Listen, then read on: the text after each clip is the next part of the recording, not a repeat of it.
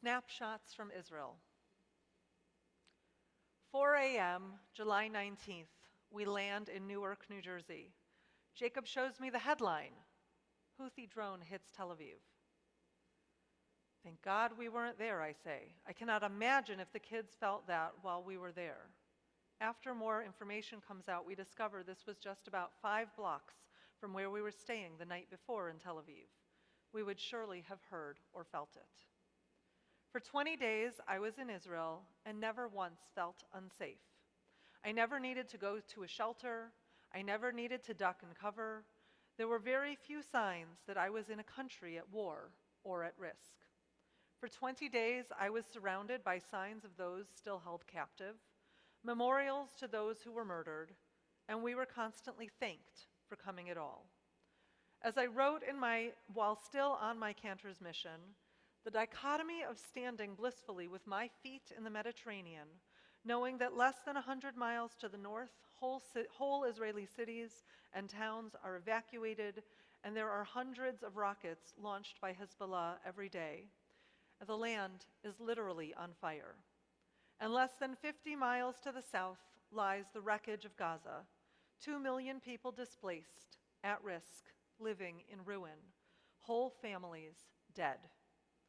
I looked up the distance between Tel Aviv and Gaza City. It is less than the distance between Omaha and Lincoln. Can you imagine Lincoln being an entire world away? On my Cantor's mission, we visited and studied with and learned from so many people. I cannot impossibly include them all in one Shabbat evening, but I hope to give you some snapshots of my experiences, of the lessons, and of the confusion I've returned with. Snapshot. Ma'on Inon, July 3rd, 2024. On the third day of our mission, we went to Nazareth. We were given a tour of the old city by Ma'oz Inon. We learned that in spite of Nazareth's importance to Christians, even having the Pope visit it 20 years ago, its old city is run down, has had gang problems and corruption, including from the police, and did not have a single hotel or hostel for visitors to stay in this holy place. Ma'oz, an avid hiker and backpacker, decided to change this 15 years ago. He set up the first guest house in partnership with a local Arab family. As we walked from street to street and store to store, Ma'oz knew everyone. He knew the story of all the shops and shop owners. He knew who had opened after COVID and who had reclosed because of the war. Most of the shops are owned by women and sell local artisan products, so every shekel spent benefits the local community. Ma'oz showed us a wall. It looks like a regular wall, a barrier between the sidewalk and a piece of property, but it has whitewash paint on it. Ma'oz told us this wall always has the story of the Nakba written on it. Frequently, the municipal government will whitewash it, but the story always gets rewritten. It is only now, after October 7th, that the community has left the whitewash and not rewritten the story. They know that leaving the mess of whitewash, showing their story being covered over, is a powerful message in and of itself. Then Ma'oz brought us to a beautiful Liwan culture shop. It's a coffee shop, a library, an artisan store, all combined, dedicated on the website to preserve Palestinian cultural identity and share it with the many visitors who come to Nazareth.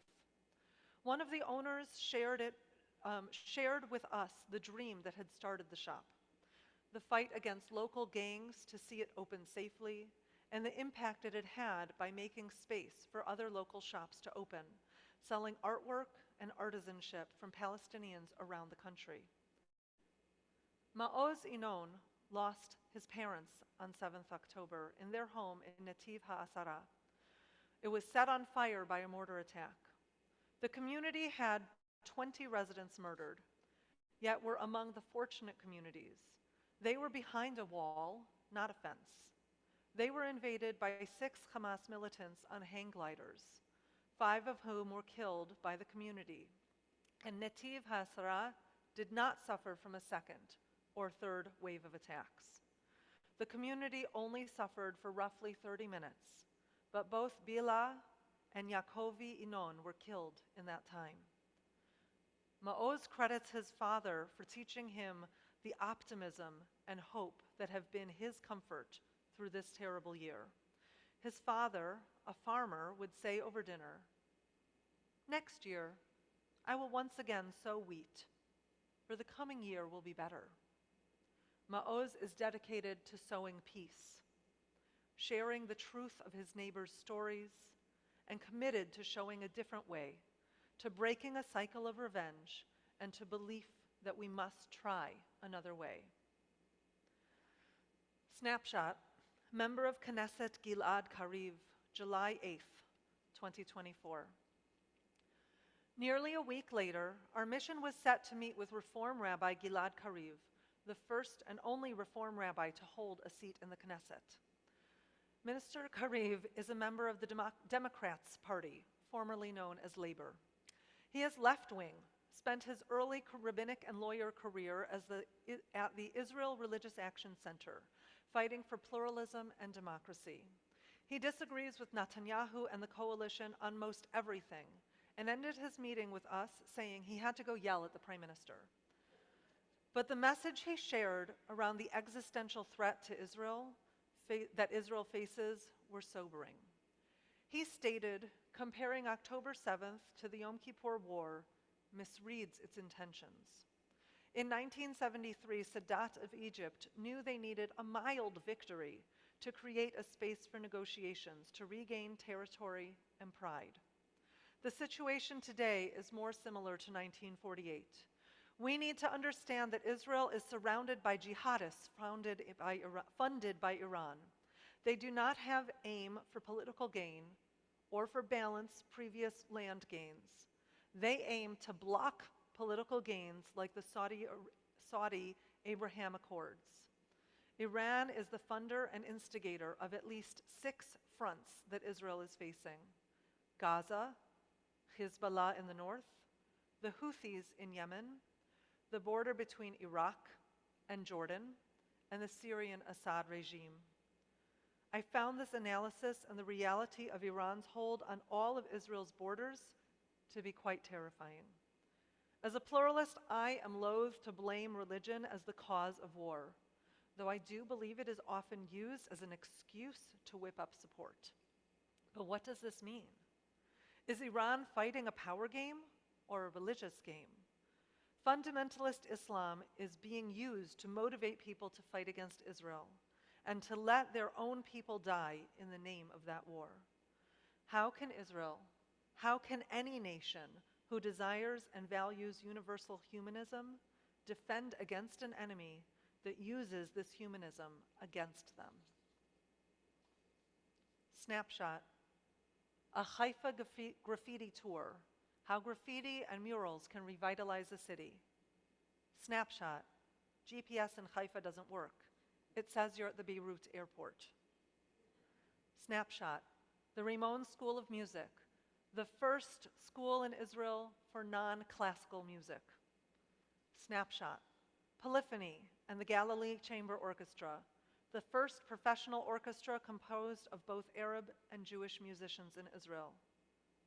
Snapshot, Havdalah with the Reform movement at Hostage Square, protest, prayer, art, and gathering to confront the reality of 275 at the time, days in captivity. Praying out loud in a community at the Kotel with Women of the Wall. That may be the first time praying at the Kotel felt like a truly sacred space. Learning at Hebrew Union College Jewish Institute of Religion and celebrating a curriculum embracing Eastern and Western Jewish musical traditions. Learning from Mohammed Darwashi, Dr. Kochav El-Kayam Levi, Feel Bait, Snapshot, the site of Nova, the scorched earth in the road, the memorial pillars and trees, the sound of artillery, the assurance that this is the sound of the good guys, the knowledge that this sacred space continues to be witness to the sound of others' deaths. The message from soldiers who overheard our memorial prayer, praying for us as Americans, seeing the danger we live in. Snapshot. I left the mission one day early to meet my family at the airport. We were set for a first-timers trip, visiting the Kotel, Masada, the Dead Sea, museums, archaeology, hikes, the Mediterranean Sea. My tour group arranged for a driver to take me from the Otef, from the Gaza envelope, to the airport to pick up Jacob and the kids. The driver introduced himself and told me he was a Nova survivor. This was his first time back to the area. As we drove, he told me where his car drove into a field, where he turned around, where the car's wheels exploded and he and his wife got out. He could picture every curve and every bush as it had been that day 9 months before. I don't know how he lived through it. I don't know how he got to safety. He told me all the friends that went to the festival that day died. He and his wife have no idea who to designate the care for their children if they die in the future. From the postcard of Maoz Inon, I forgive the past and I forgive the present, but I won't forgive anyone for ruining our future. Hamze Khawalde.